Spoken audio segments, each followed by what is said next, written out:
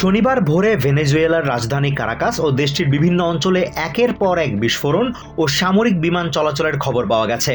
একই সাথে আমেরিকার পক্ষ থেকে দাবি করা হয়েছে একটি বৃহৎ সামরিক অভিযানের মাধ্যমে ভেনেজুয়েলার প্রেসিডেন্ট নিকোলাস মাদুরো ও তার স্ত্রী সিলিয়া ফ্লোরেসকে আটক করে দেশটির বাইরে নিয়ে যাওয়া হয়েছে।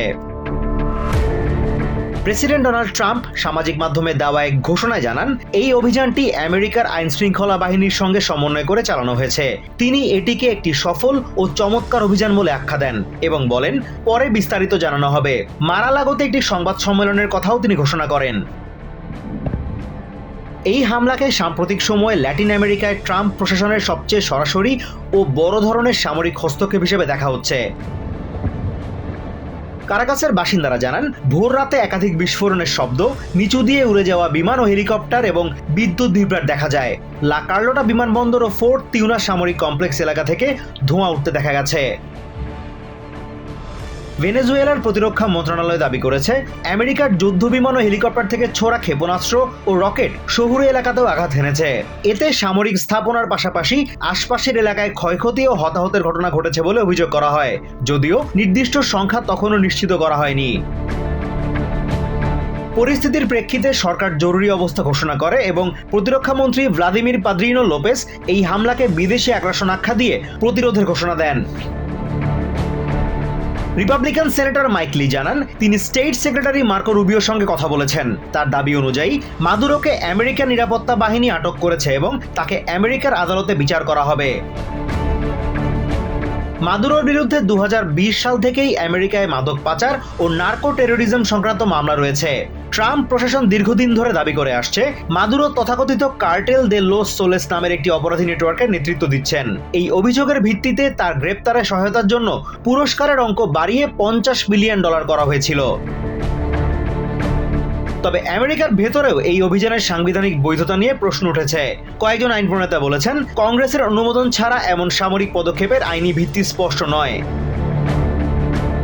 ভেনেজুয়েলার ভাইস প্রেসিডেন্ট ডেলসি রড্রিগেজ আমেরিকার দাবিকে প্রত্যাখ্যান করে বলেন, সরকার মাদুরো ও তার স্ত্রীর অবস্থান সম্পর্কে কিছুই জানে না। তিনি আমেরিকার কাছে তাদের জীবিত থাকার প্রমাণ দাবি করেন। তার অভিযোগ, এই হামলায় ভেনেজুয়েলার সামরিক সদস্য, সরকারি কর্মকর্তা ও সাধারণ নাগরিক নিহত হয়েছেন।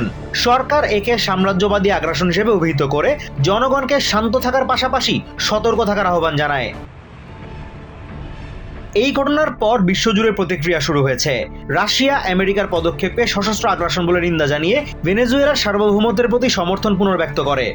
ইরান এটিকে আন্তর্জাতিক আইন ও জাতিসংঘ সনদের লঙ্ঘন বলে উল্লেখ করে।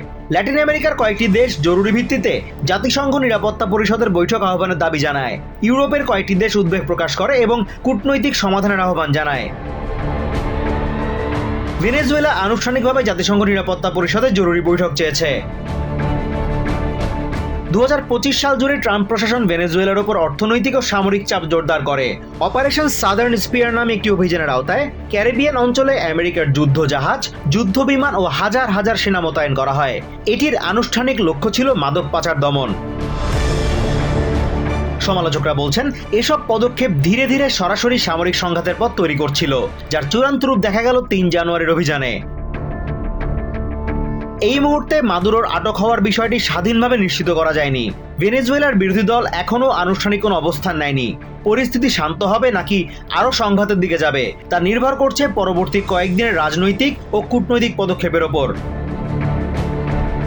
বিশ্লেষকদের মতে, এটি শুধু ভেনেজুয়েলার জন্য নয়, বরং পুরো ল্যাটিন আমেরিকা ও বৈশ্বিক রাজনীতির জন্য একটি নির্ধারক মুহূর্ত।